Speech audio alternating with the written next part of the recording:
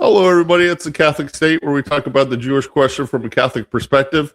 Today, I have on a guest. His name is Chris. He's from God Gamer. He's got a Substack, and he does podcasts and everything. And I really was excited to have him on because he was on my friend Dr. Deep State, Dr. Doug Haugen's channel a couple weeks ago, talking about video games from the 90s and how they have like Kabbalah and occult and all these like hidden, not just Jewish mysticism, but just hidden satanic themes and stuff in them, like, or not so hidden as some games, like maybe Persona 5 or something. But anyways, he's going to talk. We're going to talk about that tonight. But first, before we get into like all that, I want him to introduce himself to you guys and tell you guys a little about who he is and what he talks about. Thanks, Justin. Yeah, I'm Christopher Laurence. I began the Substack. It's currently just a Substack, though we will have a YouTube and a podcast, God willing, in the near future, called God Gamer. And the purpose of this is to do deep dives into popular and not so popular video games with the intention of routing out all the occult undercurrents that a lot of them have. And as Justin said, this goes back to the 90s, maybe beyond that. We can get a little bit into the chronology of this thing, but it's especially pervasive now. It's part of the normalizing of the occult that's going on in all aspects of popular media.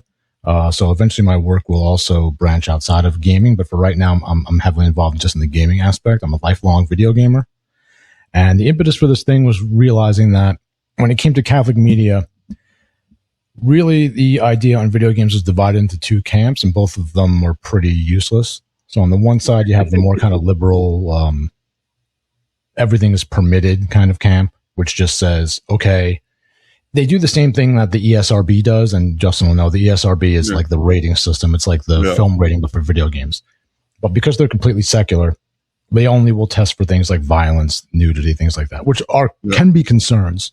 Mm-hmm. But for the real spiritual purposes of what I'm looking into, it's completely useless. So you have that side of Catholic media that says, well, okay, every video game is fine. It's just a story. It's just pretend. There's nudity in this. Don't look at that. There's a lot of violence in this. Don't be too young and play it. And then you have the more, I'm reluctant to use these terms, but they're helpful descriptors in a pinch. The more trad side, I guess, tradding side, that just basically says like video games are effeminate. You shouldn't play video games. No man plays video games. Video games are impermissible. Video games are not right forms of recreation. Go out and chop some logs and smoke a pipe. Which are things I also like to do. I mean, it's this false binary that's been set up is very odd. So on that side, you have like, my problem with that is it's multifaceted, and cut me off at any time, Justin. No, but, because I'll keep going. It's multifaceted. My problem, I have a greater problem, believe it or not, with the trad side and its full dismissal than I do with the full permissibility of the liberal side, because there I feel like you can have room for discernment of your own. You can have room for parental discernment coming in those areas. But if you just dismiss a whole type of media out of hand immediately on the basis of what you think it is and why it's inferior to literature or film or TV, you're giving people without discernment carte blanche to just dive into it and say, well, what am I missing here? Not only that, but there's hypocrisy too. That's always been my issue. It's like, you've got these people, especially these guys, a lot of them boomers, not that I'm trying to be ageist or anything, but these boomers that'll sit there and like they'll sit there at their TV watching, flipping through ESP 1 through 60, trying to find the next sports bowl game that they want to watch for the next 3 hours, right? And they'll sit there and say, son, you play your video games all day, why don't you go out there and do something productive? And it's like, okay, old man, you're just sitting there watching sports bowl for several hours all day, Saturday, Sunday, Monday evenings, like that is like the pinnacle of hypocrisy to me. That's why I've always pushed back against people that say, well, you can't play video games for entertainment. It's the Catholic principle is that we have to put God first, the church first. We have to put our families first, do our work, live out our vocations, but we're allowed to have recreation. And if we're required to. Yeah. And if something's morally neutral, right, which video games can be, unless, there's all these occult things in there. If there's a morally neutral form of entertainment, recreation that, rejuvenates you, then it's permissible. And you can't just dismiss it outright just because it's not your cup of tea. And that's what I've always pushed back against, because it's like, This tends to be the argument. And, I rarely hear people push back because it's like, oh, video games are, like they don't talk about the occult references and stuff that we're about to talk about. But it's just like, well, you just spend too much time playing video games, which is a problem. You shouldn't spend several hours a day playing video games every day, all the time. No. But, if you play a couple hours of video games here and there, like as recreation after you get all your stuff done, it's really not that bad.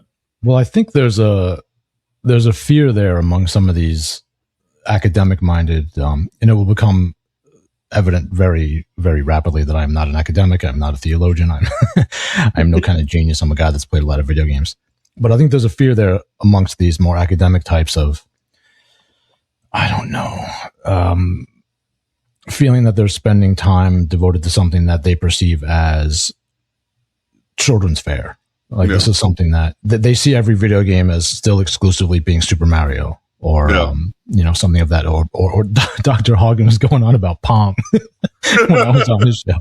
He was like, I know Pong. That's all I know is that Pong. And I'm like, well, Pong is from the devil, obviously.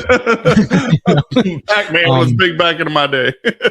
But I feel like, these people haven't read McLuhan, obviously, because if you read Marshall McLuhan, now McLuhan didn't really address video games. It wasn't so much of an issue when he was still doing his work. But his whole thing was like, the form of the media is even more important in many regards than its content. And I feel like that's exemplified in video games, because video games, what makes them depart from your other passive forms of media is exactly that. Mm-hmm. These other forms of media are largely passive. And we'll get into this, I'm sure. But with video games, what you have are things that are operable, repeatable, rewardable, trainable, enactable. With these games that contain actual occult ritual operation, there are games that do cross that line. Mm-hmm.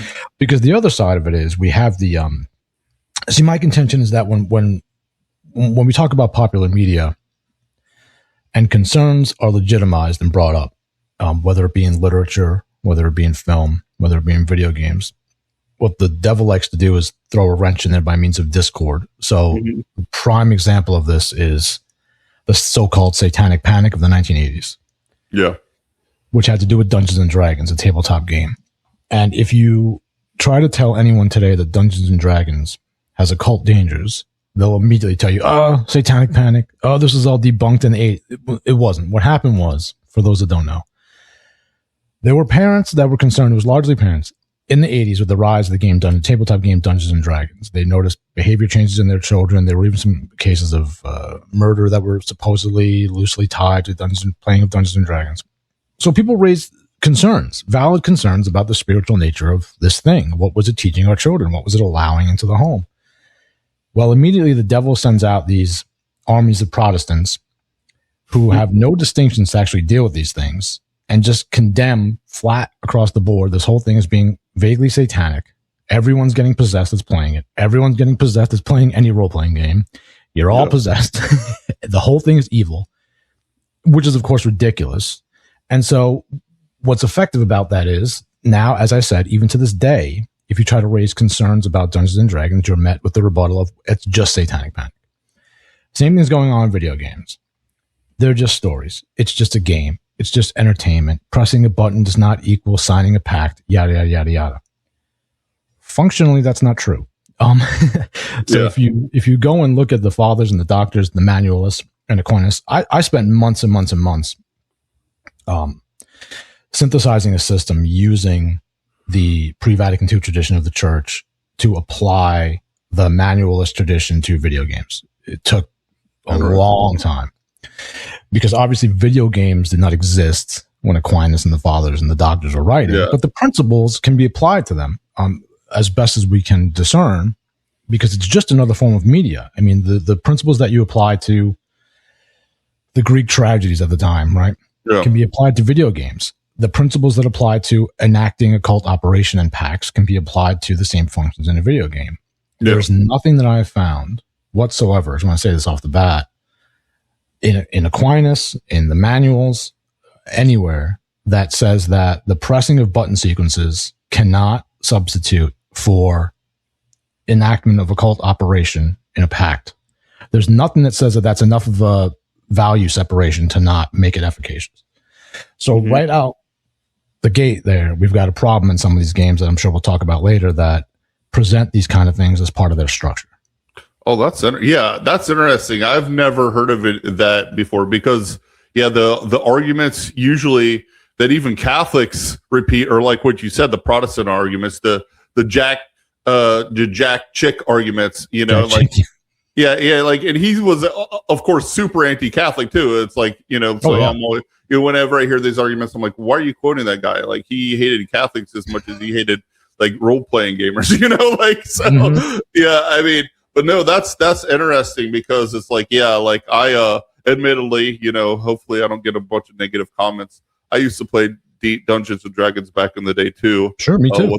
With my brother, and like I always liked being a paladin, going around smiting all the demons and the bad guys and stuff. Yeah, but I mean, I guess for me, it's just like I can see there's an argument, and I haven't read the Aquinas and the scholastic stuff on this like you have, but I can, like, my parish priest, Father Sean Kopczynski, well, he's not my parish priest anymore because our bishop canceled him, but he I didn't agree with him 100% because he would sometimes be kind of like these, like you were saying, the dismissive, where he would say, don't read Lord of the Rings, don't read, don't play anything fantasy is evil, right? And I was like, well, I don't know I won't go that far. But at the same time, even though I disagreed with him on that, he would always make some good points that I can't refute, that I have, you have to consider. It's just like what you're saying.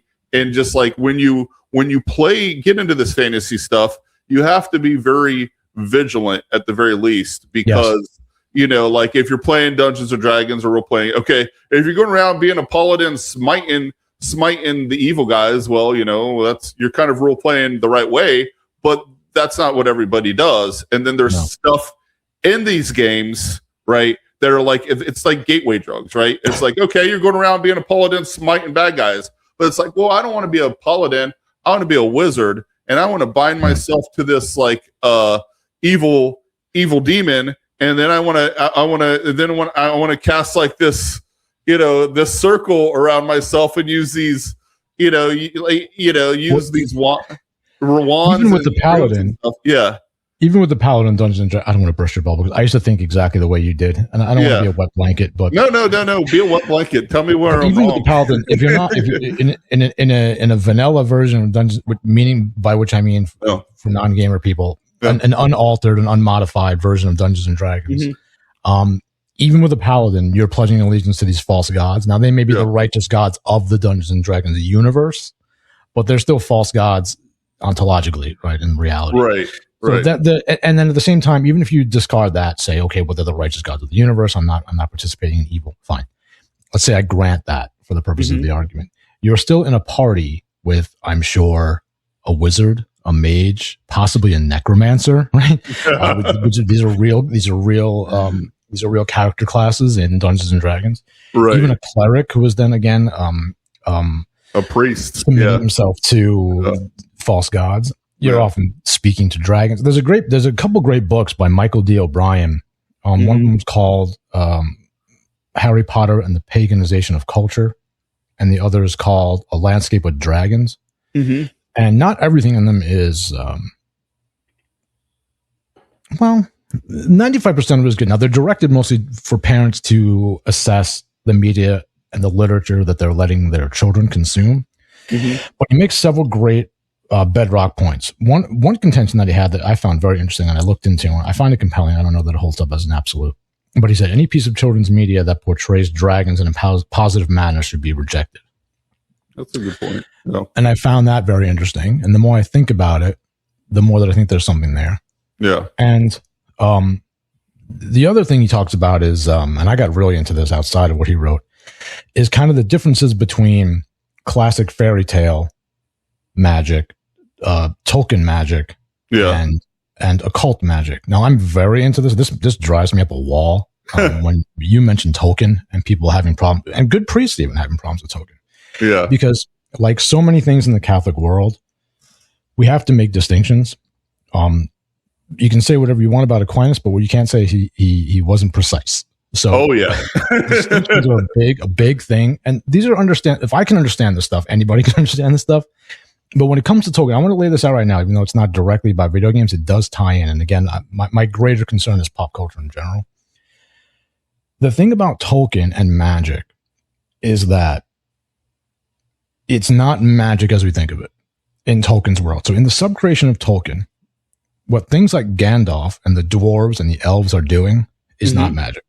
So the differentiating aspect of this is that these are abilities that are intrinsic to the nature of these created creatures by the one God in Tolkien's world, which is God. Right. It's an analog for the true God. So Gandalf is, spoiler alert, I guess, Gandalf is a Maiar. He's an angel. He's literally an angelic being. He's like an angel. Yeah.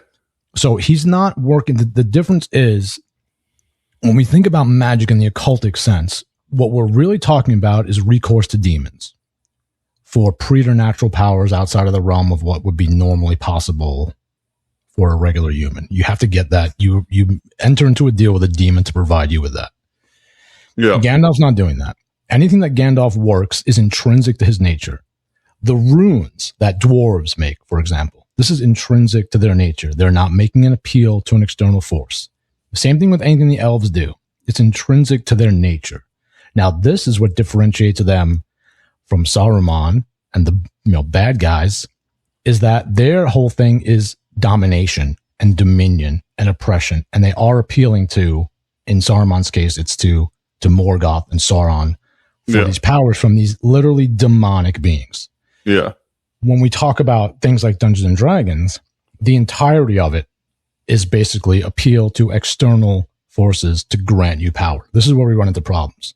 So that's the real parting of ways between Harry Potter magic and Tolkien magic, is they're completely different things. Tolkien magic is not magic in the way that Harry Potter magic is. In Harry Potter, they're making appeals to external powers to grant them abilities they don't have. In Tolkien, the good guys, I'm doing a lot of air quotes, I don't know why. In Tolkien, no, it's fine. The good guys have abilities that are intrinsic to their nature, granted to them by the one true God of the subcreation. It's a completely different thing, and people don't take enough time to actually look into this. It makes me crazy when people lump in Tolkien with other things that display magic. Even C.S. Lewis has problems when it comes to his writing about magic and Merlin and the Space George. I mean, they're great books, but there's a lot of distinctions there that need to be laid out. Yeah. So I've thought about this before. It seems like a lot of times that the term magic itself is equivocated, right? Because when you look at the term, magic, what does it mean? You can say, well, it means like, a lot of people use it to mean stage magic, which isn't really magic at all. Like, there's some occult there, but I'm talking about like card tricks or something pulling rabbit out of your hat. It's just sleight of hand, right? And sometimes they use engineering contraptions, which is it's just natural. It's deception, but it's like the audience is buying into it, right? Now there are cases like Houdini and other people that went. Houdini's interesting, went too far. But I'm just talking about like stage magic, not really magic at all. And then you have fantasy magic, what we're talking about here, which is like an intrinsic natural abilities, right? And then you have occult magic, and a lot of times occult magic is even spelled with a K for people that really have studied this stuff. Like I studied this stuff before I became Catholic. I won't say like I never got really deep into the occult, but I'm admitting things here. I'm just being honest. I did dabble. I mean, of course, all this I brought to confession and stuff when I converted, but I did dabble in stuff. I did know what Kabbalah was.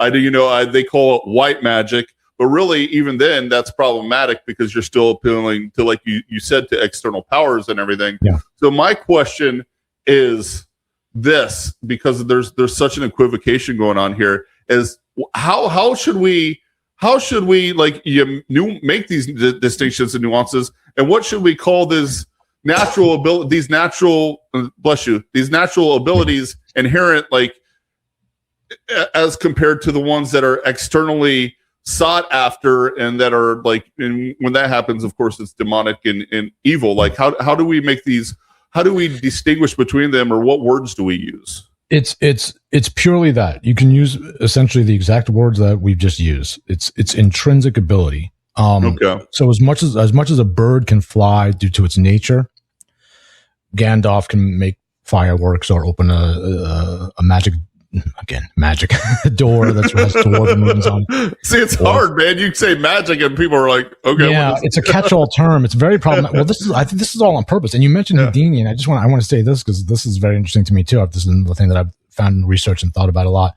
Houdini is kind of the inverse precursor to the Satanic Panic, and I'll explain what I mean by that. At Houdini's time, there was a rise in what was called spiritualism. Yeah. And spiritualism was largely seances, right? Right. Where these mostly women would get together and they'd have their fun little seances. Really big in the late 19th century and stuff. Yeah. Right. These were real seances quite often because the demons don't differentiate between, I just want to have fun with my girlfriends and I want to actually summon a demon. Right. If you go through the motions of summoning a demon, that's how you get demons. Right. Well, what Houdini did was go around and debunk so much of this stuff. He became famous almost more for his debunking of spiritualism than he did for his own ability on stage. People can look into this. Yeah. And what that causes is a discrediting of the whole idea of spiritual reality, that maybe there was something here. Yes, there was a lot of quackery. There was a lot of fakery. There was a lot of trickery, people doing things for profit that weren't real, but there were also real seances going on. There was real summoning of demons going on. There was real possession happening. But once you kind of put that fox in the hen house of like, everything is stupid, this is all ridiculous, people latch onto that and they become very dismissive. The same thing that happened with the Satanic Panic in the 80s. There were actual concerns there. There was actual spiritual danger there. Well, we put the fox of wild Protestants in the hen house without distinctions. The whole thing looks ridiculous and it blows up. As for these distinctions about intrinsic ability I'll say this. You don't have to worry about it too much because it's very rare. By which I mean, outside of Tolkien, you don't see it much, unfortunately. Yeah. Most of the stuff you're going to see is going to be magic of the kind that we don't want to have part with. Tolkien was very, very careful about this. His cosmology is so thoroughly saturated in Catholicism. There's a gentleman, probably you and a lot of your audience are familiar with, named Joseph Pierce. Now, I don't agree with everything Joseph Pierce does, but he's rock solid on Tolkien and on these distinctions. You can find interviews of his. He wrote books about all this stuff. And he, to his dying breath, will defend Tolkien and the distinctions between what is present in something like Harry Potter or Dungeons and Dragons and what is present in Tolkien. Tolkien was very calculated, very careful about doing these things. And he draws a lot of his tradition from, and you can read Tolkien's letter on fairy stories. It makes a lot of these distinctions as well. It makes a lot of distinctions between the realm of fairy and the realm of occultism, which is another distinction in itself. It's why you can read fairy tales, the classic fairy tales, to your kids without worry about it. It's not them. They're all largely Christian. In fact, people don't know this. Like that's why Disney was so concerted in perverting these things. In the real story, the Little Mermaid, she goes to purgatory and offers herself for these other souls, these other little girls. Very Christian. Yeah, very Hans Christian Andersen version is very Christian. The Disney version is not. Yes. Disney is awful. It is awful. I did a show for a while. I had a co-host who's a very good guy. I don't want to mention his name. But he was like, his blind spot was Disney. He's very into Disney. And I wanted to shake him. Like, no, it's why I love Father Isaac Ralia. He's like my favorite. And he's always like, Disney is from hell, my friends. Disney is from hell. I mean, it kind of is. It is. Well, I mean, and like, you were talking about how they partnered with Square. Square. I don't remember. Oh, I'm doing that next week. Yeah. God willing, that's going to be next week's essay. That and like, well, I don't know if we should go there now or not, but when we were talking about Houdini and stuff, it just came to my mind that in case people stage magic, even though a lot of it is sleight of hand and just trickery, like people like Houdini and others like David Copperfield, many others. Yeah. These, I don't know if people are aware of but these people are Jews. A lot of these big stage magicians are disproportionately Jewish, just like and like a lot of other fields that we talk about. I don't know if I've ever talked about this at any point in any of my videos, but stage magic is a disproportionately Jewish trade, even though, of course, Gentiles participate in it too. And then, like, you know, like, I don't know. Have you looked into that? Like, well, this is one of the things that's also interesting to me about the video game thing is I'm still trying to, I have not found yet exactly how these ideas infiltrated Japan of all places. Yeah. Because we mentioned, now I haven't had a chance to revisit it yet, and I need to do that before I really could talk about it again intelligently. It's been decades. But we mentioned in private conversation Xenogears. Yeah. And it's rife with Kabbalistic imagery and reincarnate. But I'm like, how does this stuff happen from Japan? These are Japanese studios. Same thing with the Kingdom Hearts games, which I'm hoping to write about next week. Like you said, they're married with it's Square married with Disney to give the veneer of like child friendliness, and it couldn't be further from the truth that it's child friendly. But I'm so fascinated by how these things penetrated into the Japanese society. And of course, the simple answer is that the devil gets everywhere. And that's how it happens. But culturally, I'm curious how such a thing permeates into such a, what was, of course, pre-World War II, I guess, a very insular kind of society, and even since is not very culturally receptive to things from outside of their own. So I don't see how it really happens. They haven't been inundated. Well, yeah, I guess that's not true. Japan, since the war, is almost obsessed with American culture, unfortunately. Right. And they don't take the steps that China does to kind of, for all China's obvious faults, communism being primary among them, China will take the steps to shield itself from the more kind of perverse aspects of Hollywood by having the films that arrive there be edited for content, same thing like a lot of the Middle East does. But Japan doesn't seem to do that even. So I can see where the inroads could be made there. But it's just something I've been mulling over. I find it very interesting, in a perverse kind of way, like interesting in the negative, like how did this happen? Not like, oh, that's interesting. Oh, there's a few. So I think, I don't know what it is, but I know like for Xenogears, like Tetsuya Takahashi is like the creator of Xenogears. And he was also like really, like he was involved with Final Fantasy 5, 6, Chrono Trigger. Obviously he created all the Xenosaga and Xenoblade games and stuff like that. And really, if you look, like so let's get into this. Like when I started playing RPGs back in the early 90s, like I really started with Final Fantasy 4, which is called Final Fantasy 2 for the SNES. And like, that was my first, and like that game, speaking of paladins, your main character is a paladin, right? He starts as a dark knight and then he turns into a paladin. So he redeems himself and, then he goes out and fights the bad guys. So in many ways, there's like, it seems to be like there's an adventure of virtue there, or of redemption and virtue. And like that. And at that time I was, I guess I was going to Protestant churches with my mom and stuff. So I was a kid.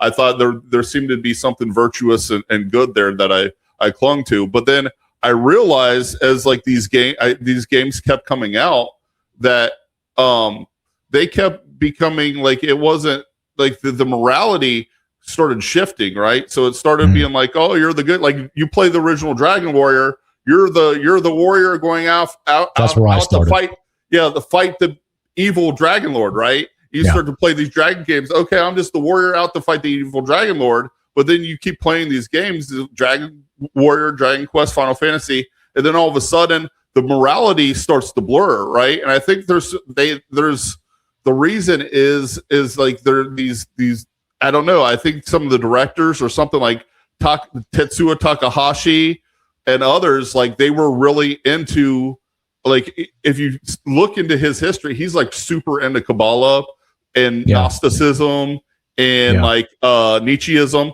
Like if you play Xenogears, you play Xenosaga, there's reference like in Xenogears, like the source of power for like all magic and everything is called the Zohar. I'm not even making it's called the Zohar, and it's in Xenosaga as well, right? It's like the most powerful thing, and that's Kabbalah right there, right?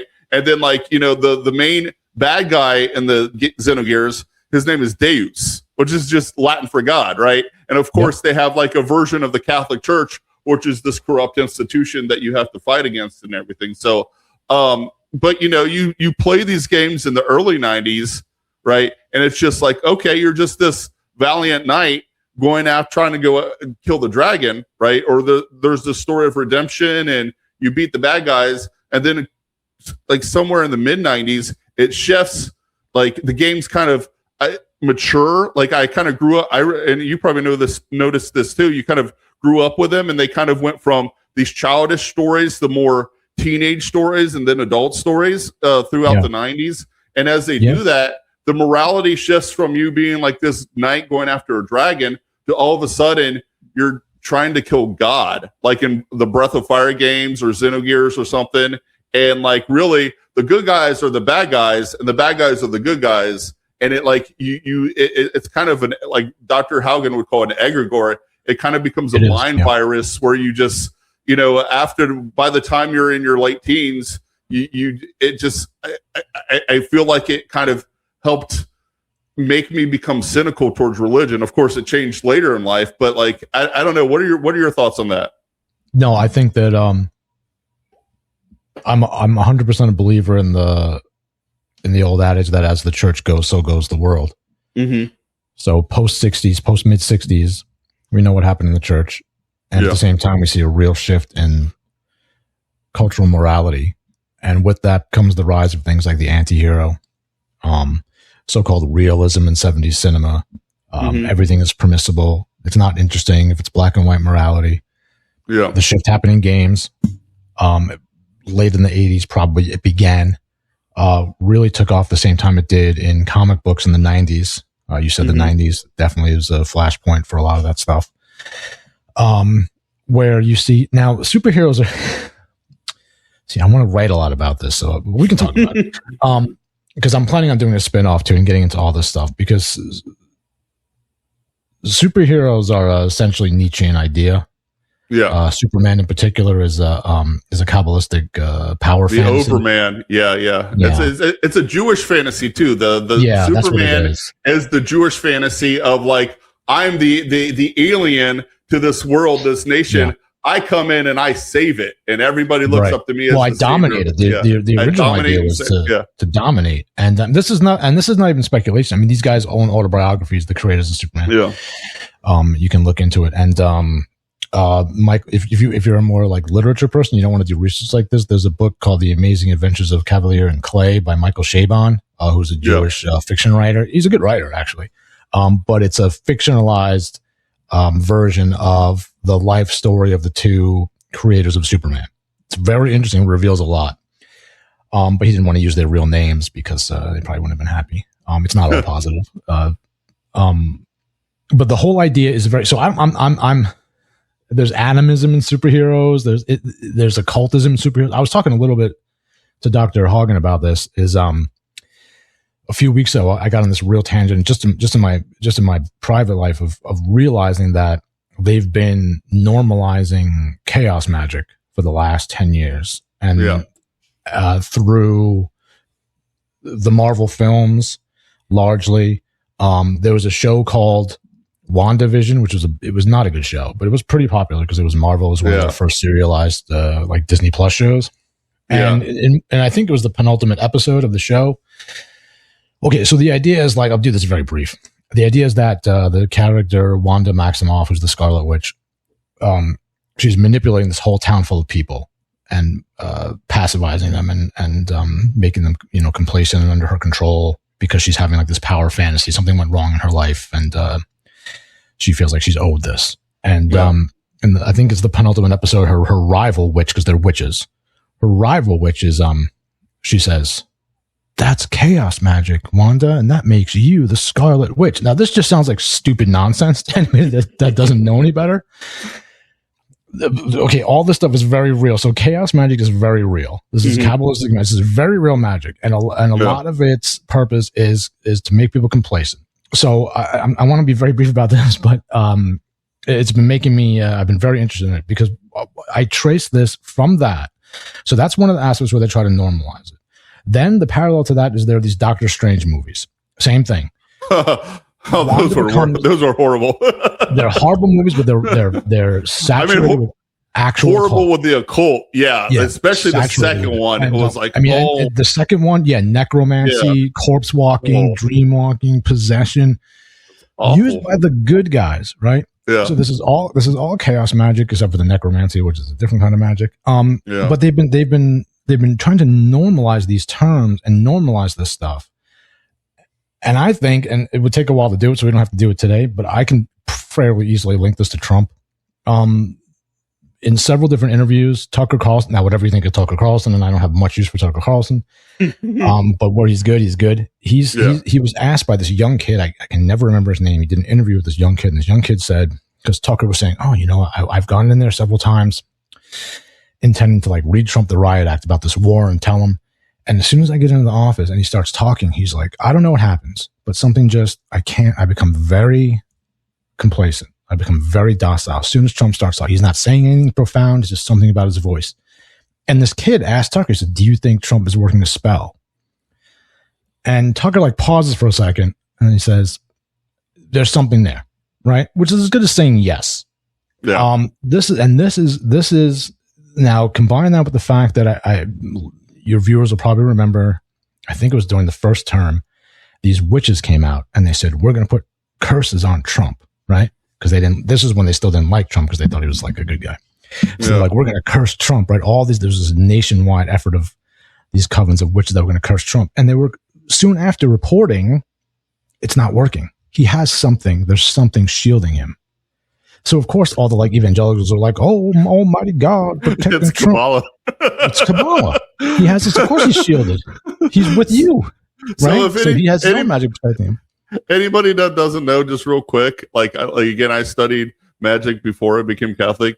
Kabbalah, like there's different levels of occult magic, right? Wicca is like kind of at the bottom or towards the bottom. Retard stuff. Yeah. Hot topic magic. Kabbalah is at the top, right? Trump goes to bed every night. Like his wife just spilled the beans recently that he goes to bed every night with these Kabbalah books.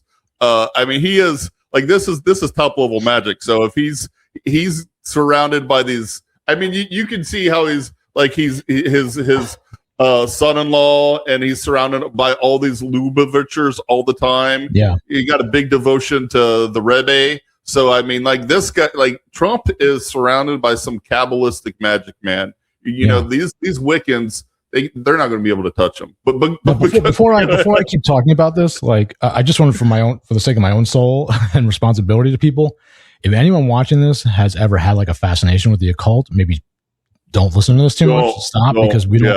I never want to encourage fascination with this. I want to lay this stuff out for informational purposes, and so people can connect the dots and know what to avoid and know where the devil is working today, which is everywhere essentially. Stay away. Never want to inspire occult fascination, and that's a reason that when I do these game write-ups too, right? Like there are different levels of discernment for people. So, like you and I could probably play whatever it is. And if we're well formed and our prayer life is good and we're making use of the sacraments and when we have a relationship with Christ and His Blessed Mother, we could play some stuff that has some, and I have to for the job, right? And we'll probably be okay. At the same time, there are unformed people that don't know any better, that don't know the distinctions. There are people that have no faith life. There are children. So I try to give tiers to like who could reasonably play this, and not be affected, because we're not just talking about, are you gonna summon a demon? It would be nice if it was always as simple as like a binary of like, can you summon a demon in this game or can you not summon a demon in this game? Yeah. It's not. It's about so much of it, because the bulk of these games, I'm going to tell you right now, you're not summoning a demon. Okay. So sorry for anyone that wants like the sensationalist idea of like all video games. You're summoning a demon. But some of them you can. Some of them you can. But the more prevalent danger is what they're instructing in people that are unformed, what they're instructing in people that are not guarded, what they're instructing in young people. And because it's repetition and it's reward structures, right? You fail at this task in the game, go back and do it again. It's repeatable. The whole structure is about being repeatable. This is the way you learn anything, right? Is repetition and instruction. You're getting all that from these games, and reward. Oh, I get it. Positive reinforcement. Yep. Right. And that's just as dangerous as summoning the demon, because if you're not summoning the demon in the game, but you're learning these aspects of the occult and you're absorbing them. Well, you might go and summon the demon somewhere else. You know, it doesn't have to be in the game. The devil's just as happy if you learn these principles from the game and then go and act them in the rest of the world, right? So it doesn't always have to be the case that like it reaches that level within the video game. The dangers are multifaceted. It's also like the normalization of all these things, of magic, of alchemy, of occultism and Kabbalah, and all this stuff is normalized the same way that, like, you know, in the 90s, the music scene did it. The Red Hot Chili Peppers had an album literally called Blood, Sugar, Sex, Magic. Yeah. It had on its cover one of the symbols of chaos magic, the multi-point. Dr. Hagen showed it, I think, on the. We didn't talk about this, but he happened to show it. I think it's the cover of one of his books, actually, isn't it? But he happened to show it in the last episode. The same thing. You can line it up. You can look at the cover of that album. It was far from the only album. This is the other thing the devil is good at too. Is like he's very good at subversion. So it's not always what you think, right? So there are heavy metal bands that are like super Christian supposedly, where they sound awful. And at the same time, there's pop music like, you know, Madonna. That's super Madonna, Lady Gaga. That just sounds like, oh, it's but it's like the most occult, diabolical stuff, right? So it's shrouded in these other things to give the externals of being acceptable, and it's the most deeply occult things that you can. And again, this ties into what I'm hoping will be Tuesday's essay on my Substack, which will be the Kingdom Hearts series, which is on its surface is a cute little Disney game, but once you scratch that surface even a little bit, it's the most bizarre, like occult-filled nonsense. I mean, it's not nonsense. It's very convoluted and impenetrable where they make this lore for a supposedly cute kids Goofy game with Goofy in it.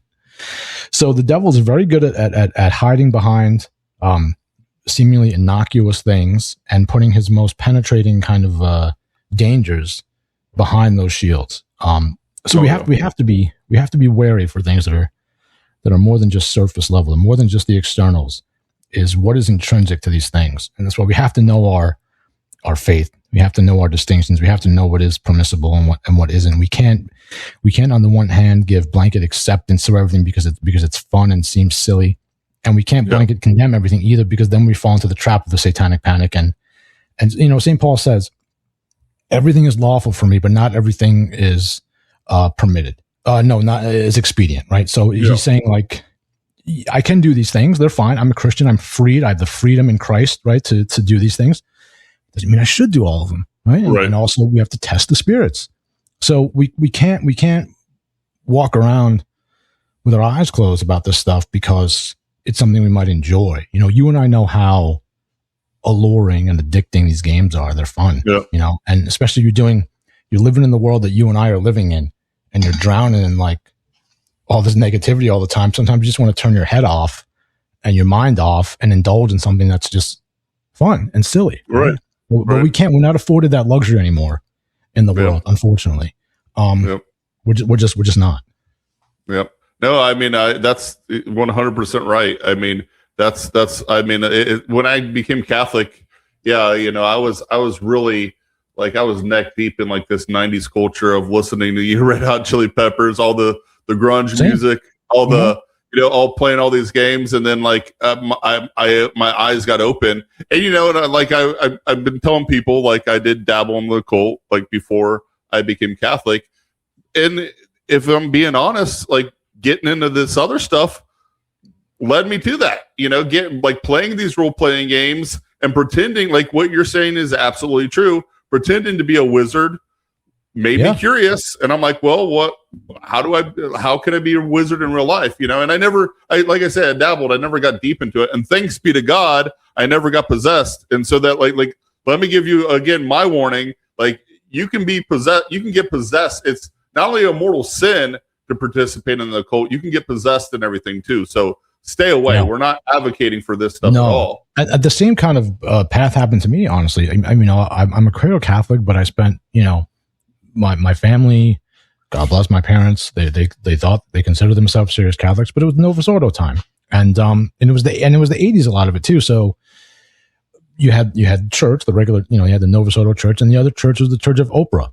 And for people that weren't alive at this time, Oprah was the other church. And your mom probably, not your mom, but I'm speaking generally, your mom at that time probably worshiped concurrently at the Church of Oprah. And she probably had, as mine did, crystals in the house and a Ouija board and, stuff like that. My parents, everyone was into the occult because of Oprah at this time. Yeah. She was massive. I mean, imagine Joe Rogan times 100. People can't fathom this, but there was not the internet. There was TV, and Oprah was on the dang TV, right? Like all the time talking about the occult and under the veneer of like, well, I'm a good Christian, so this is all fine. My parents got involved in that stuff. Yeah. Fast forward a little bit. I have neighbors that are into Dungeons and Dragons. I start playing Dungeons and Dragons. Wow, magic's really cool. Wizards are really cool, right? Yeah. Later on in the 90s, it's the comic books, and it's not just superhero stuff. There's a comic book called Hellblazer. I don't know if people are familiar with, but John Constantine was the hero of Hellblazer. He was a magician. They made a movie with Keanu Reeves some years later. Yeah. Oh, wow. This is really cool too. Oh, this seems pretty real. Oh, there are books called grimoires mentioned in this thing, and they have spells in them. Oh, you know what? Fast forward a few years from that, I'm working in a popular bookstore chain. Oh, we have a magic section. Oh, I can get some of these books. These are real that are mentioned in the comic book, the Hellblazer comic book. Oh, let me see if there's spells in here. Now, God protected me from going any further than that, flipping through some of these books. I never tried to do a spell. Yeah. But I will tell you something that really cements that everything is true. My parents, being into the occult, they did something that, again, at the time, ignorance, people didn't really know. They went to a channeling. Now, these are Catholic people. We're at Mass every Sunday. Again, it's the no resortal Mass, so do with that what you will. But still, Blessed Mother statues in the house, and they went to a channeling. I thought it'd be fun.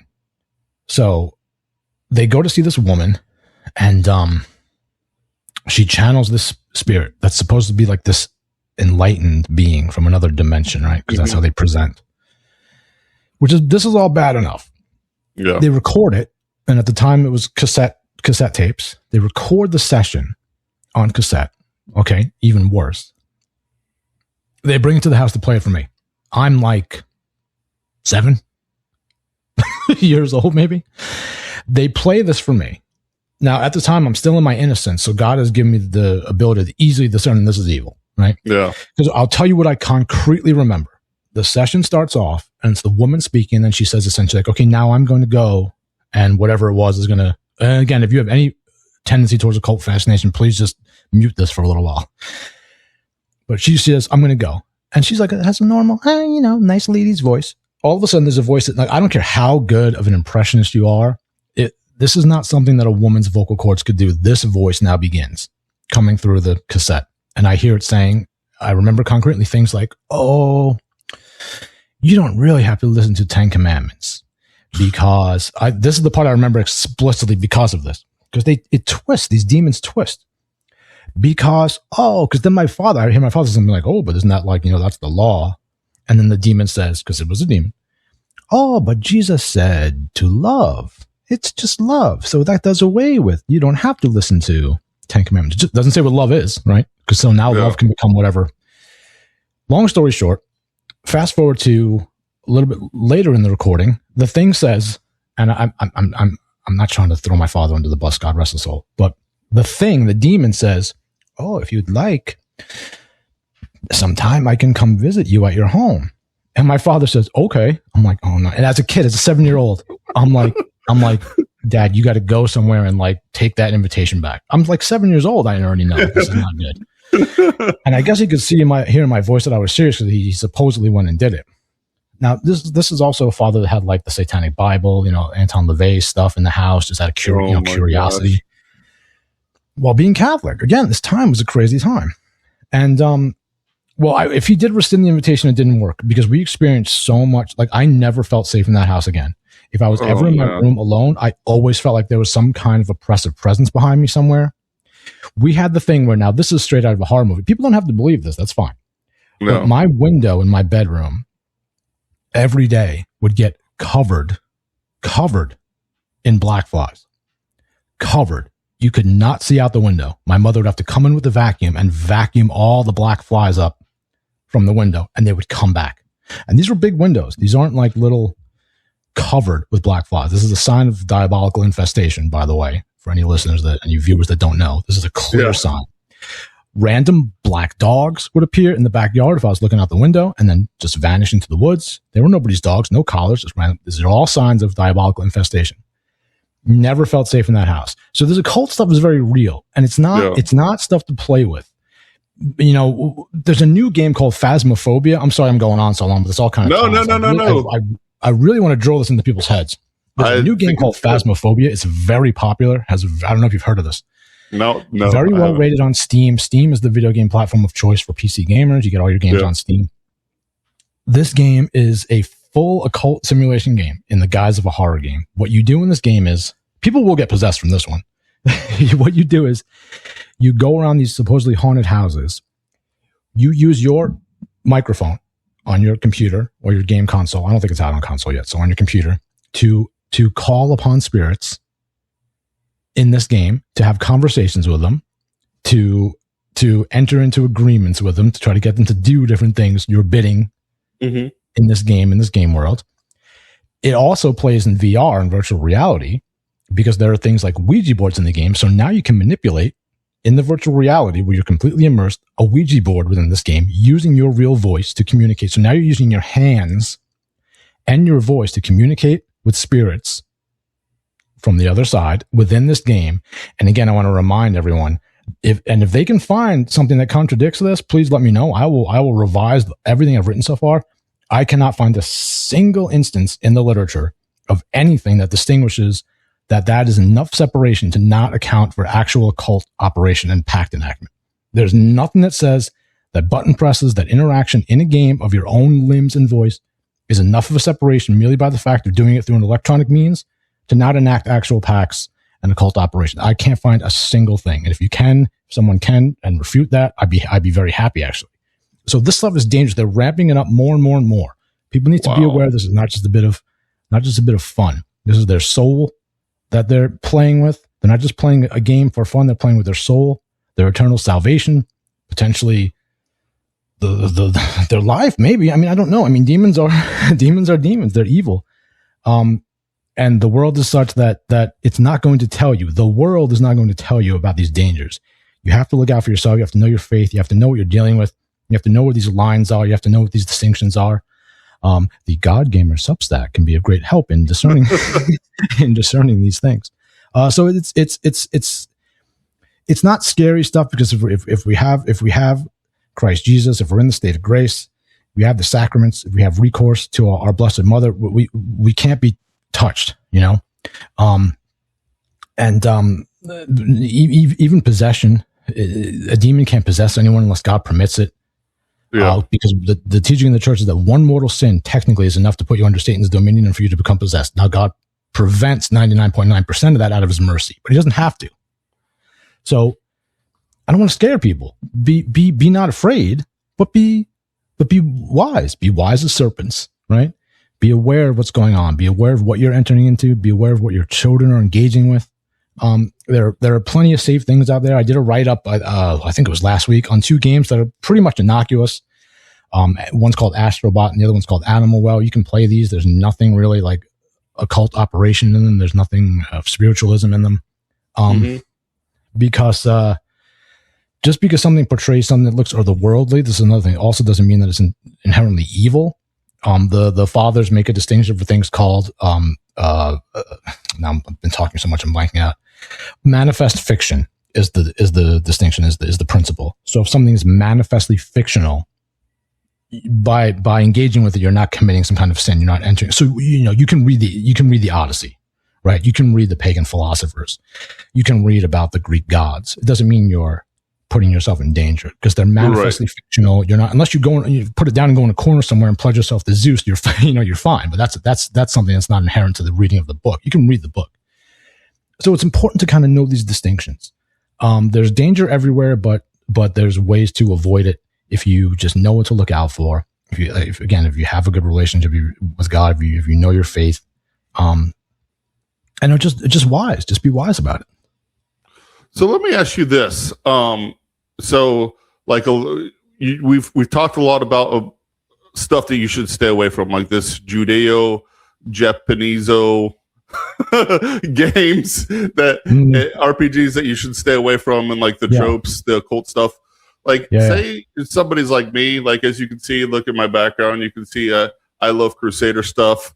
You know, I do have kind of like this, you know, just this natural love for fantasy. Like, you know, again, I used to read all those, like, you know, Greek and Norse mythology and stuff when I was a kid. Me too. And, you know, Lord of the Rings and The Hobbit and stuff.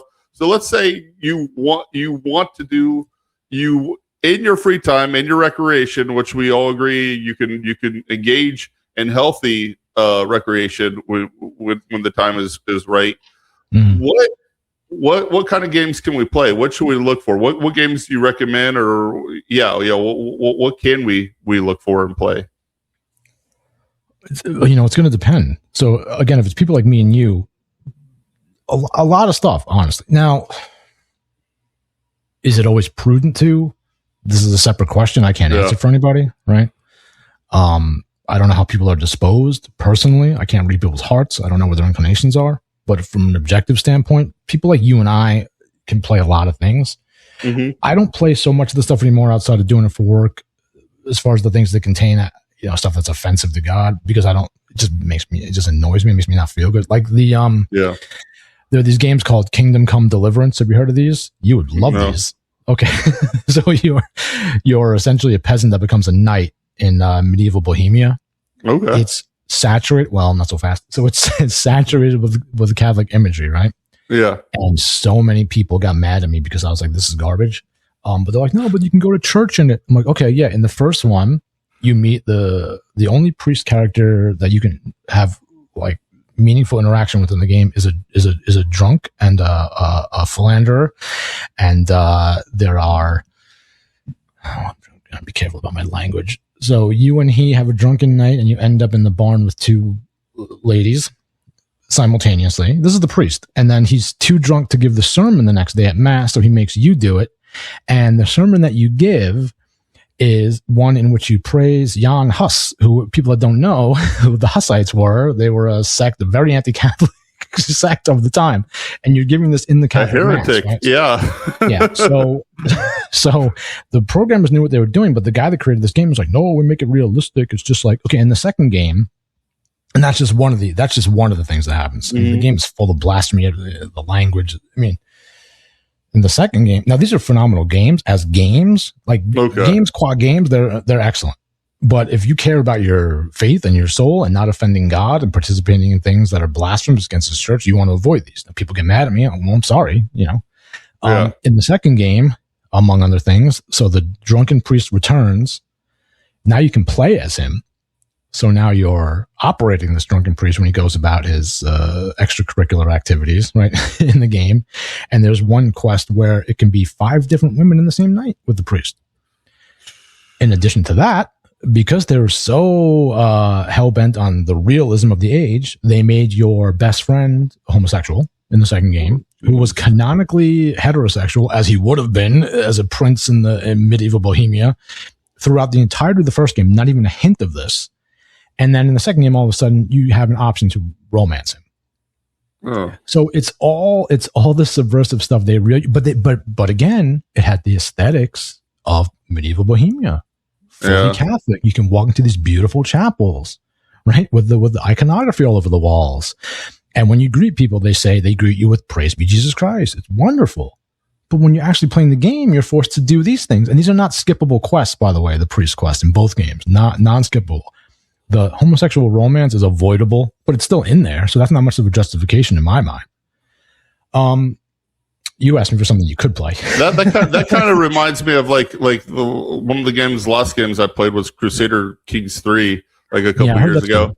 And like it was pretty good, but then it's just like they start adding more and more stuff where it's just like, oh, you can do this degenerate thing, and oh, you can do this degenerate thing. It's like why do we got to add all these degenerate options to these games? Why can't we just be like, you know, a good guy and not engage in some sort of impure liaison? Like, I don't know. Go ahead. It's the spirit of the age. That's just a simple answer. There's something in everything. There are these. I'm a big fan of you know, the Dark Souls games. Yeah. Okay, so I've been a huge fan of those games for a long time. Okay. They're games that, despite and I'm going to write more about them, despite the surface being, it's very kind of melancholy and gothic, and you're dealing with monsters and creatures. Yeah. But operationally, on a spiritual level, I mean, kids shouldn't play it. And if you're susceptible to like melancholy or depression, you probably shouldn't play it. But if you just want to have like a fantasy game, it's actually not. There's nothing like operationally occult or Kabbalistic or pact and acting in it. So they're fine in that regard. But where something snuck in with those is the game Elden Ring, made by the same developers that came out. This is a massive game. Yeah. It came out like 3 years ago, I think. Amazing game, getting all the awards. I've played tons of it. But while it still functionally retains a lot of the same veneer as the other games, this is going to be a small thing to some people, but I don't think it is a small thing. When you create your character in the beginning, the game's always had option to choose male or female. Now they've switched to body type A and body type B because they don't want to offend, so-called non-binaries and gender fluids.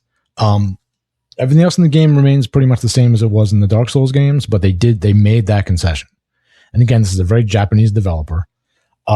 So everything pretty much has something. The Zelda games,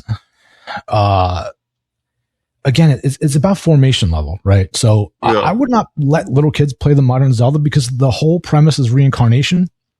Oh, geez. Now you can explain that to kids, I guess. That's up to you as a parent if you want them to, if they can grasp that and go ahead and play the games. But it's all about the spirit of the hero embodying different bodies throughout the ages. That's what Link is. Sorry. But other than that, they're fine. Super Mario largely. Maybe the Galaxy games are a little bit. Again, I'm talking about for kids. They put cool stuff in Mario. There's stuff in Mario. Yeah, it gets everywhere. It gets everywhere. Well, Nintendo put a flat out transgender character in the Mario RPG that came out 2 years ago. Oh my! Yeah, I remember. It's gotten to Nintendo too. The original Mario RPG for Super Nintendo, but that's okay. Yeah, they did the re-release, the remake 2 years ago, and they changed the translation, the localization is what it's called, to make it more explicit in the American version now. What what is it, Geno or Malo? I can't remember. Okay, I used to that was one of my favorite games back in the day. That and Chrono Trigger when I was So like I said, if you're for someone that's properly formed, has a strong prayer life, has recourse to the sacraments, can you play games that have these elements? I would say you can play them. You might want to temper how many hours in a row you're spending within them. Yeah. And, you have to gauge how you're feeling. If you start to feel spiritually dour, and you're playing something for hours and hours, like if you play that game Bloodborne, again, objectively a masterpiece of a game, but it's full of like esoteric, what do you call it? Lovecraftian, greater old gods kind of cosmology. Oh, yeah. That's fun, right? Like from an objective standpoint, it's a fun thing to kind of think about. Yeah. But if you're someone that doesn't have the grounding of the Catholic faith to understand that this is ridiculous and these things don't exist, it's compelling. You can get drawn in. So people just need to be, it's a case by case basis, which is why I hate the satanic panic phenomena so much, is because it lumped all those things together and tried to apply them to everybody across the board. Yeah. You can't do that. I mean, nothing in the church history says you could do that. Yeah. Some people can deal with certain things and some people can't and should not. So, I just try to provide the guideposts. I try to provide the criteria. I try to provide the distinctions so that people can decide for themselves. In a perfect world, games would be a fun, stupid thing. And, but the medium has always been infiltrated. I mean, the earliest games. So at the time when Pong, very, very shortly after Pong was released, there was a game called Custer's Revenge, which is an infamous game. And it's a porno game. Yeah. And this is like the days of the Atari. So it's not like the medium began pure, It's the same thing with film. We had the glorious age of, I really only watch old movies at this point. Yeah. We had the glorious age of what was called the Hays Code, where essentially the Catholic Church informed what was allowed in film. You could not speak ill against the clergy. You cannot depict any kind of sexual relationships. Everything was and they made incredible movies. Citizen Kane was made under the Hays Code. So I don't want to hear from people like, oh, it stifled creativity. Well, tell that to Orson Welles then, because it didn't seem to stifle his. But before that, we had what were called the pre-code films, which were filthy. And obviously after that, it went right back to it. And we know the current state of cinema now. So it's everywhere. Look, God gave us discernment for a reason. You got to exercise it. And exercising implies it's like a muscle, and it is. It's like a muscle. You got to keep using it or it's going to atrophy. So if you let your discernment just kind of fade away, you're going to just accept everything. And you got to be spiritually destroyed if you allow that to happen. Because we want to be able to engage in right recreation. Joseph Pieper, the philosopher, he's great. He wrote a whole book about recreation, how important it is. So we can't just set it aside. Our soul and our mind need recreation. They need time to regenerate their faculties so we can get back to the work of actual work and of prayer and living the spiritual life. But if we don't have recreation, even the monks took recreation. We just have to be careful of what we're recreating with. And unfortunately, we're in a very spiritually perilous time. We're heading towards the end, I think. And so we expect it to be ramped up, right? It just means we need to exercise more discernment. There are great books you can still read. You can read the C.S. Lewis book. You can read the Space Trilogy. There's problems in a lot of things, but if you understand the distinctions, you're not going to be swept up in it. You'll be fine. Well, that's kind of the problem, but that's also a double-edged sword too, because if you understand the distinctions, you might get so nauseated that you just put it down. Like, I don't think I could ever go back to playing a game like Xenogears again, where I know like the source of the power comes from the Zohar, and at the end you have to kill this evil monster that they actually named Deus, and like throughout the whole game, like it's rife with Kabbalah, Gnostic themes, and like a bunch of Jungian, Freudian psychology. Well, these are the Persona games. The Persona games do the same thing. Persona 5. So Persona 5, I did an essay on this. It's maybe one of the coolest looking games ever made. It's super cool. The design is incredible on that game. But it's the whole inversion. You're fighting God. You're summoning and commanding, and you're synthesizing your own spirit with that of demons. Yeah. You can't even just like, why would you want to play that? Because it looks cool. There are a lot of games that look cool. There are plenty of games that are essentially safe for a normal adult, a formed adult to play, but there are just some, you know what, you can believe, surprisingly, you could probably go ahead and play the Doom games. Even though the aesthetic is heavy and very like about hell, it's about a guy going out and blasting the demons. So, well, I mean, I guess you could say the same thing about Diablo too, right? Like you're just going around. No. You don't like Diablo? I used to love it, but you can't. Yeah, you can't. Especially the new ones. They've really committed. Oh yeah, I heard that. Yeah, the new Diablo, which is why Elon Musk loves them so much, because they're diabolical. They basically turned the demons into like they did the moral inversion. Yeah, I guess I was more talking about like Diablo 1 or 2, where you just go boo boo boo boo boo boo. From what I remember, those are okay. Yeah, there's a game series that's the same style of game. It's a isometric, dungeon hack and slash game. What's it called? It's a whole series that's just like Diablo, but it doesn't have all the baggage. I can't. Oh, it's Van Helsing. They made Van Helsing games. Those are good. It's essentially Diablo, but you're Van Helsing instead. It's just the problem with these games, I think, though, is just they still have these elements. It's like, like if it were just like, you're a gallant knight going after killing dragons and stuff, there would be like nothing bad to do that. Killing dragons and demons would be a good thing, but like, it's just like, they have to throw in things like, pick up this grimoire that'll help you fight this demon. It's like, what? What? I gotta read a demonic book to kill a demon? Like, that's so much of it. It's true. Yeah, you're not gonna find anything. Unfortunately, I mean, I'm sure there are. See, this is something that makes me actually very crazy. Is I don't understand why we can't get good games made by actual Catholics. I've seen some Catholic games, and they're always terrible. It's the same problem that like Christian cinema has. It stinks, like nobody wants to watch those movies. They're awful. Yeah. Like the Bible games on the NES. Yeah, Bible games. Like, it doesn't have to be a Bible game. Make like, those are the worst. People, even when they make the Tolkien games now, they distort his lore so much. It's like unrecognizable as anything Tolkien would have put out. Yeah. I don't understand why Catholics can't make, it's because the Catholic media is ignoring this medium so much. They're so dismissive or all permissive when it comes to it that we can't get discussions like we're having right now. Like you never see stuff like this. I've never seen a discussion like this had in Catholic circles about video games ever. Well, why not? I mean, there are people way smarter than me that could be doing what I'm doing. Why do I have to do this? You know? And why can't people make games that understand these distinctions too? Like imagine somebody that's like steeped in Aquinas actually and video game culture making a game. If I could program, which I have no idea how to, do we want to talk about what you're doing? Well, yeah. I mean, Chris knows this. Like I started working on a game. I got a demo of it. It probably needs some fixing up, polishing here and there.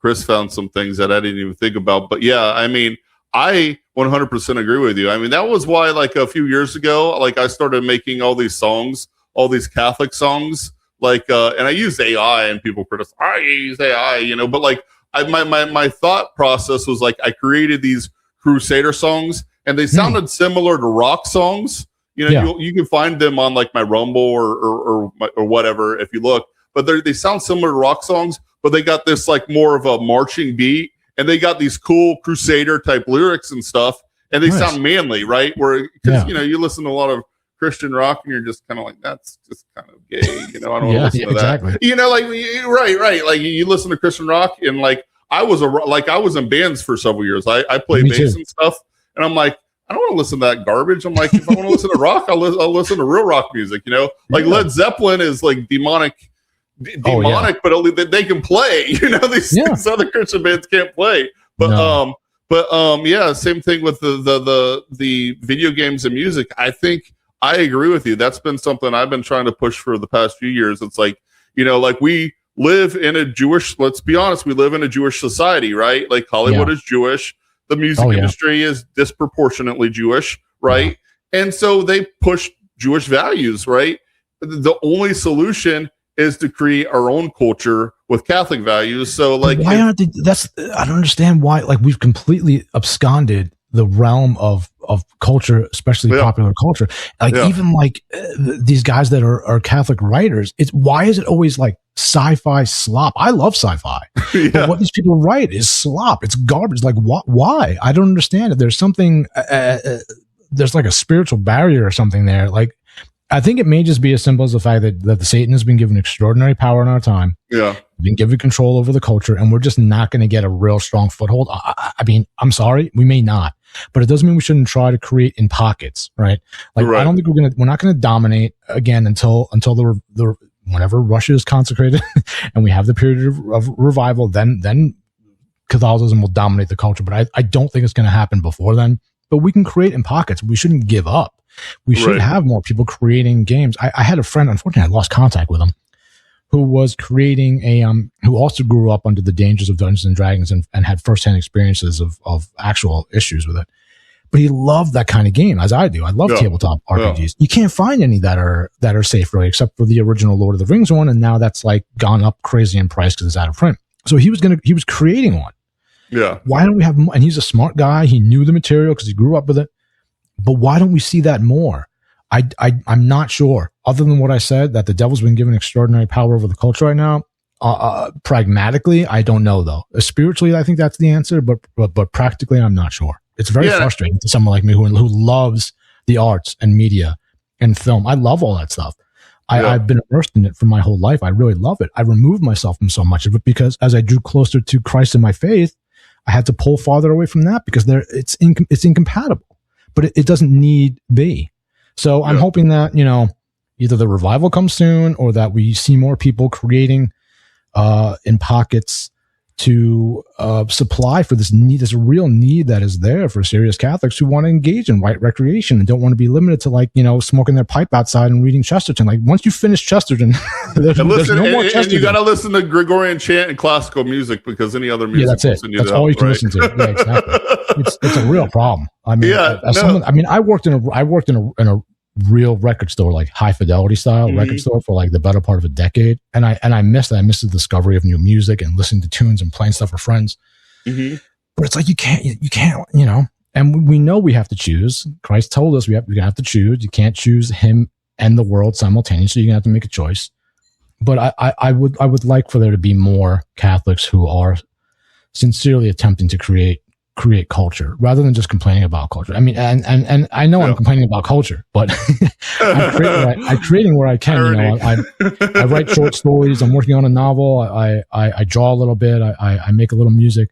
But there are people that are legitimately like 1,000 times more talented than me that should be doing this stuff, and I'd like to see it happen more. I'd like to see the false dichotomy of full permissiveness and full dismissiveness be done away with.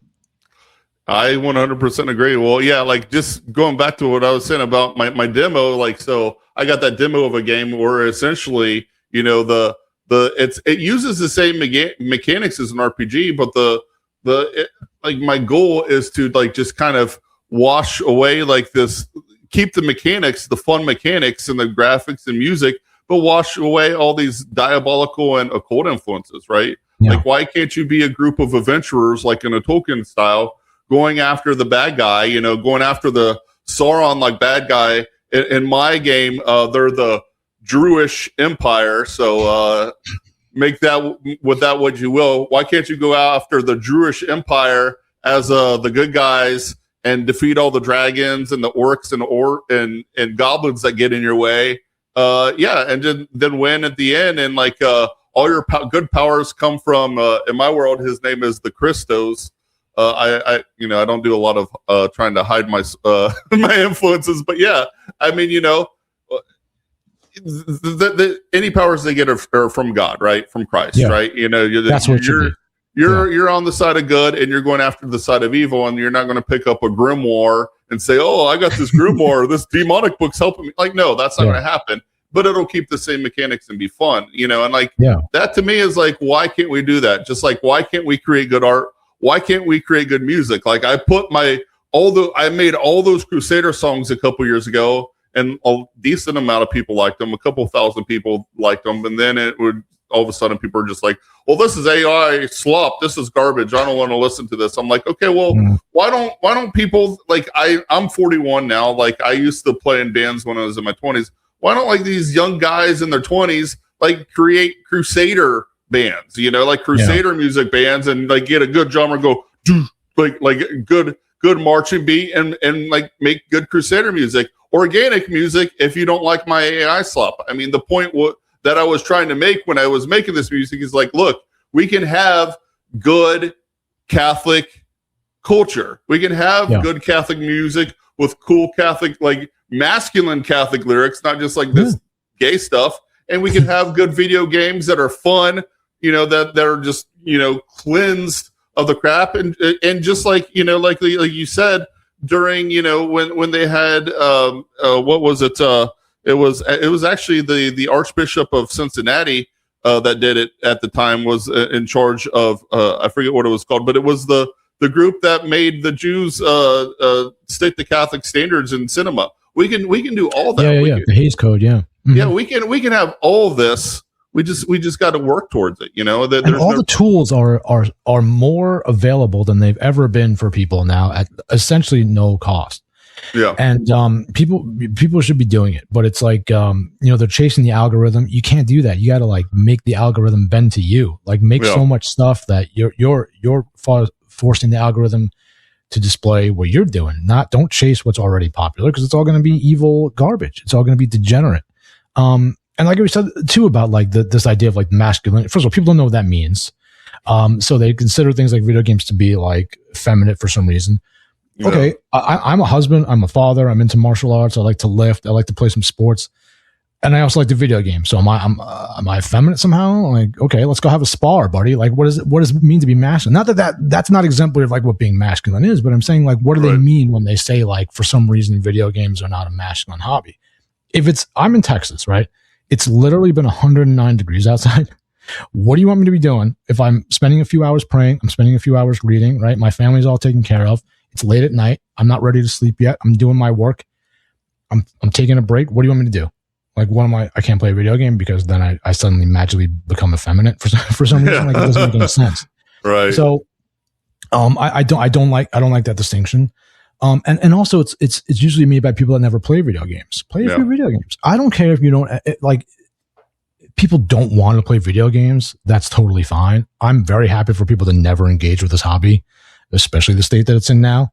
Yeah. But if you do like it and you are discerning and you are disposed to deal with some of these things and you're playing games that aren't intrinsically evil or sinful, I don't see any problem. Yeah.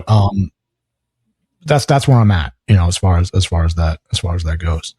And then as far as like creating, it's very interesting that the more we see advancements in technology and tools being made available, the less we see creativity being expressed using them. It's like the easier it is to do it, the less it happens. I have friends that are there is some stuff like that. My friend Chris Laurence, who people probably know as Baratus Catholic Illustration, he makes like really cool t-shirts and stickers of the saints, like with a good like modern style, not modern like anime style or anything like that. He just makes like good, like really good art. He does it by hand. He uses his computer, but he draws with like the actual pen or whatever you call it. Mm-hmm. I have a friend named Douglas Ernst who makes a comic book called Soul Finder. I'm not really into comics anymore, mostly because of the reasons we talked about, but his is not a superhero comic. It's about combat veteran exorcists. So it's like a guy, the main character is like, he's a priest, but he used to be like in the special forces. Oh, and he's been made an exorcist, and he goes out and he's like, fights against the demons. And like Doug Ernst, who created, he's very regimented about, because he was in the army himself, mm-hmm. and he's a serious Catholic. He researches all the Latin, like, and he also makes sure like he consults with priests, so he's not putting things in there that are not for the laity to see, specific prayers. Like and it's a fun like adventure comic that's getting more and more popular, thankfully. But I can name two. That's two people I named. Yeah. I can't think of anybody else doing work in these areas right now. I honestly can't. That actually takes their faith seriously. I just can't think of it. Everybody's, I don't know, becoming overnight theologians and deciding whether or not the SSPX is excommunicated. Like, what is like? We don't need any more of that. Preach, amen. We need people doing like what you're doing, what I'm trying to do, talking about the culture where people are getting poisoned. Really, it's like you're either in the SSPX or you're not. Right? You're not going to listen to some guy. Oh, all of a sudden now I'm like, right. But you might be persuaded to not play Persona by listening to something like this. It's, I didn't know. I didn't think about that aspect. Or like Bayonetta, where you're a witch. Like maybe you'll have second thoughts about stuff like that. And we need to be. I would be happy for people to come into my my space where I seem to be the only guy right now, and do work alongside me or even in competition with me, as long as they're using the right distinctions. Like I want more people talking about this stuff. I'm not trying to be exclusionary. Like please come and take some of the slack for me. That's how I feel too. Yeah, like I do not feel like the market of what I'm doing is saturated. So like when anybody comes along and says, "Hey, can I do a video with you?" I'm like, "Yes, please, let's do it." We need more people. We need less people talking about the SSPX. Like I actually I banned that the SSPX from even being able to be used in my YouTube comments, because I just got tired of people asking me about it. Like in my life, like it's like, dude, like who cares? Like go away. Exactly. Like nothing. I mean, look, theologically for me, it's like nothing is gonna substantially change until Russia's consecrated. Yeah. How that's gonna happen with the current chain of the pontificate occupants of the chair that we've had, God knows, right? But I know that it will happen because our Blessed Mother said it will happen, and that's good enough for me. Yeah. But until then, we got to fight, like I said, in these little pockets where we can, and do what we can, and bring the light to the areas that, as I'm sitting here like Dracula, sorry, it got dark while we were talking, but we need to bring the light to the people and to the areas that are in the darkness. Video games it's in the dark, man. I mean, it's not, nobody's talking about it. And, it's important. It's really supplanted film as the collective popular mythology of Western culture. It has. I mean, film has degraded so much, especially post-COVID, where the theaters and everything were purposefully closed along with everything else. And there's a real dirge of creativity from Hollywood. It's nothing but remakes and horrible slop. But there's a lot of, for whatever its flaws, there's a lot of creativity happening in video games. There's a lot of mythologizing, and it's a giant audience. The budgets are insane. It's an area that deserves spiritual discernment.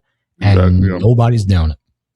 No, I agree. Well, I'm gonna show your Substack right here. This is the God Gamer Substack. Let me Let me make it bigger. I just want to say honestly, and I put out a note today on Substack. This week's essay is not good. It's not very good. I was sick for a few days. It was a little rushed, and I wanted to write about Halo because I love Halo, but I couldn't. My mind wasn't in it. I couldn't get the right angle for it, and so I would advise people to go back to last week and the week before. 2 weeks ago was the Persona 5 essay. That's very that was good, illuminating for people. Yeah. But and I have a really good essay that I would love for more people to read, which is about ownership and digital piracy, because I think that those issues are not as simple as a lot of people assume they will be. Yeah. That one's called "You'll Download a Car." I'm proud of that one, and then that's the Persona 5 one, which if people want to get an idea of what's really going on in a lot of these games. Yeah, that's a good place to start too. Yeah, this one. Yeah. And I also have one about this false dialectic of have you seen these fights about like the feminine form in video games? So the one side, the liberal side, wants to make everyone, like gender neutral and have these big buff women, but then for some reason the answer to that has become like excessive jiggle physics and like oh geez. Yeah, so neither side is really good, but one side presents itself as the conservative side, which doesn't mean anything anymore. Oh yeah, and that's like the pervert side. So I was like, I can't, this makes me crazy. So I wrote a whole article about that false dynamic between those two, and how neither side is good. And what we need is a return to true feminine form in gaming and true respect for, and not in some kind of, sappy, but as someone that is in the tradition, obviously, that highly reverences the Blessed Mother. Like, we need to have a real understanding of what feminism is. It's not masculine gender fluidity on one side, and it's not enhanced near occasion of sin sexuality on the other side. We need to discard that false binary there. That's another thing that drives me crazy about like these JRPGs is like especially the new ones. It's like, it's almost like, it's very sexualized, and it's like, why? And it's cartoony though, so it's just so sick to me. Well, that's the excuse, right? That's how they undermine criticism to get out ahead of it. It's like, well, it's just cartoons, it's just graphics, it's just it's so gross. It's not as simple as that. And in fact, that article about that is my most popular article so far.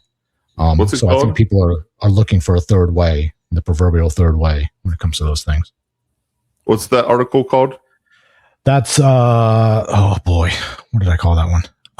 We just passed it. If you scroll up, it's the one with the lady laying down there. Her name's Alloy. Yeah, right here. Oh, Through a Glass in a Dark Manor. Oh, okay. That's right. Through a Glass in a Dark Manor. Yeah. Okay. Completely blanked out. Yeah, that's my most popular one so far. So that is a lot less to do with like occult and more to do with near occasion of sin, and also the gender goblins on the other side. So it talks a lot about that. Oh man, that's funny. Okay, so we'll get ready to wrap this up. Then, what are your final words there, Chris, for our audience? Well, first and foremost, I have to say I would love people to check out the Substack. I put a lot of work into these articles. It's a lot of research, a lot of late night sessions.